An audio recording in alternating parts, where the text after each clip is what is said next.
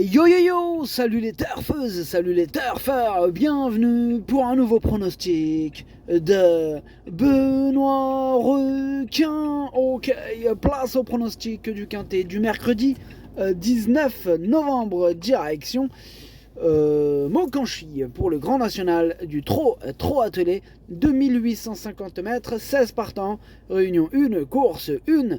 Alors il y a un rendement de distance de 25 mètres entre le numéro 8 et le numéro 14, et il y a un rendement de distance de 50 mètres pour les deux derniers, c'est-à-dire le numéro 15 et le numéro 16.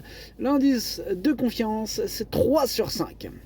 Petit retour sur le quintet de ce lundi. Dans mon pronostic, je vous ai donné le tiercé dans le désordre. Et cette vidéo, je la tourne avant l'arrivée du quintet de ce mardi et je reviendrai dessus demain. Ok, c'est parti, on commence le pronostic et on commence avec le numéro 1. C'est Heliossi, celui-là je l'ai pas retenu, c'est celui qui m'embête le plus, c'est lui mon gros regret. C'est lui mon cheval de complément, 4 non partants, donc attention, possible cassage en vue. Ah, on commence fort. Bref, on passe au numéro 2, Furioso Flini, et on écoute Alexandre de Jésus. Furioso Flini a été en délicatesse avec ses pieds. Aussi, il a longtemps couru ferré. Dernièrement, mon maréchal a pu lui mettre de la résine qu'il a bien supporté. Aussi, il est nettement mieux et peut améliorer encore ses performances. Ses pieds sont restés parfaits. Il a 10 ans mais n'est pas du tout usé.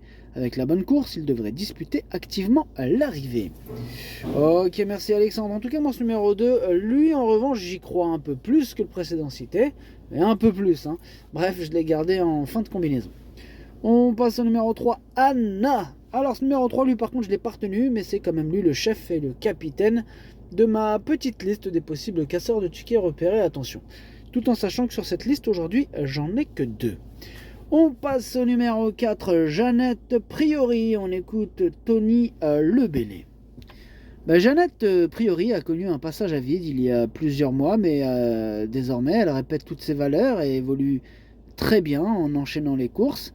Elle vient de devancer Justin Bold à poteau égal, mais aussi Hino du Lupin, qui a confirmé à Vincennes au niveau supérieur.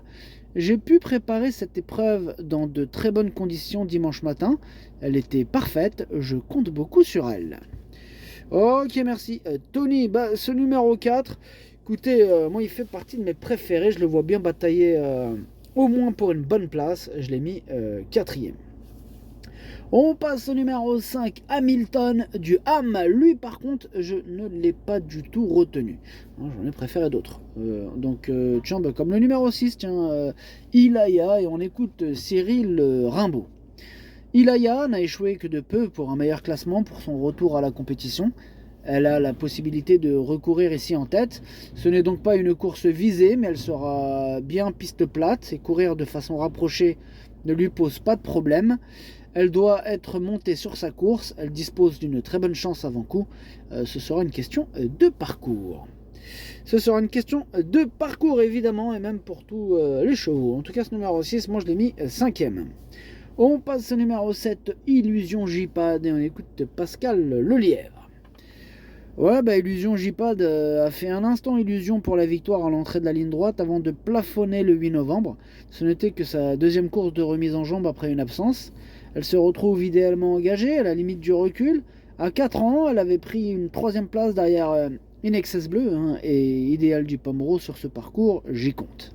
Moi aussi, j'y compte beaucoup parce que c'est ce numéro 7 mon préféré. Bref, on passe au numéro 8, Jazzman de Bayeul, et on écoute Ernaud Ziermet. Jazzman de Bayeul, il a eu un très bon comportement pour son retour à Vincennes, conforme à mes attentes. Il aurait pu être un peu plus près avec davantage de réussite. Mais bon. Ici, il rend la distance. Ce ne sont pas des courses faciles, mais il lui faut être capable de s'illustrer.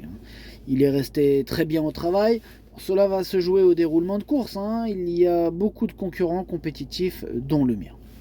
Ok, merci Ernaud Ziermet. En tout cas, ce numéro 8, je le vois bien batailler pour la victoire avec le précédent cité. Je l'ai mis 2ème.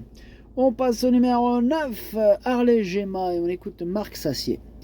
Harley Gemma, il s'est pleinement réhabilité à Laval en dépit d'un déroulement de course peu favorable. Elle y a vraiment réalisé une excellente valeur. Elle est restée en pleine forme à l'entraînement, elle dispose d'une première chance pour s'imposer, même s'il faut rendre la distance. Ah ouais, sur sa classe, même en rendant 25 mètres, elle peut faire très mal. Moi je l'ai mis sur le podium, je l'ai mis 3e. On passe au numéro 10, Alpha, que je n'ai pas retenu, mais que je n'ai pas non plus rayé et que j'ai pas mis sur ma liste. Alors où est-il? Bah il est là, donc il intéressera les amateurs de champ réduit. Voilà, donc vraiment coup de feeling avec ce numéro 10. Bon maintenant, celui qui veut le mettre dans une combinaison, pourquoi pas? Dans un champ réduit, pourquoi pas? Voilà, bon, bref, au choix. On passe au numéro 11, Jéroboam d'érable. Lui non plus je l'ai pas retenu, mais il est à l'arrière de ma petite liste des possibles troubles faits, donc petite méfiance. On passe au numéro 12, Grâce du Dijon, et on écoute Charles Dreux. Grâce du Dijon avait fait du prix Médusa un objectif, mais cela s'est mal déroulé dans le parcours. Il faut effacer cette tentative, elle se présente ici de façon un peu rapprochée, mais c'est la meilleure course qu'elle ait disputée, le seul engagement dans le Grand National du Trot sans rendre 50 mètres. Elle est prête physiquement à disputer l'arrivée. Harley Gemma me paraît dur à battre. Ok, merci Charles Dreux. Eh bien, ce numéro 12, en tout cas, sachez que je l'ai gardé dans mon prono et je l'ai mis 6e. On passe au numéro 13, Gendré. Ce numéro 13, c'est un regret, c'est mon 2e cheval de complément en cas de non partant. On enchaîne avec le numéro 14, Hannibal Tuileries, et on écoute Charles-Marcel Bruno. Hannibal Tuileries, il a encore fourni une excellente fin de course dans le prix du Languedoc et n'a été devancé que par l'excellent Cobra Killergar. L'engagement à la limite du recul est favorable. Il sera uniquement plaqué des antérieurs afin de préserver ses pieds pour la finale. Guillaume Lenain, son copropriétaire, le connaît très bien. Il peut encore finir très vite et s'immiscer dans le quintet. Ouais, je le pense aussi. Moi, je l'ai gardé. En plus, il pourrait avoir une petite cote sympathique, ce numéro 14. Moi, je l'ai gardé en toute fin de combinaison. Attention à lui. Et on termine avec le numéro 15 et le numéro 16. Ces deux-là, je les raye. Le pronostic, ça donne 7, 8, 9, 4, 6, 12, 2, 14. Merci d'avoir suivi cette vidéo. N'hésitez pas à mettre un pouce bleu si la vidéo vous a plu. Pour accéder à tous mes tickets pour la course du Quintet, rendez-vous directement en description de la vidéo. Vous avez aussi le bouton rejoindre qui vous donne accès au pronom 8+2 ainsi que le chef et capitaine de ma liste. Il y a une petite nouveauté d'ailleurs sur ce bouton rejoindre directement sur YouTube, c'est que je rajoute de temps en temps les 2 sur 4. Voilà. Donc ceux que je joue, je les mets. Donc quand j'ai le temps de jouer aussi, voilà. Si j'en joue, je le mets. Voilà. Bref, à jouer avec modération. Bonne chance. Chopez-le moi. Ciao.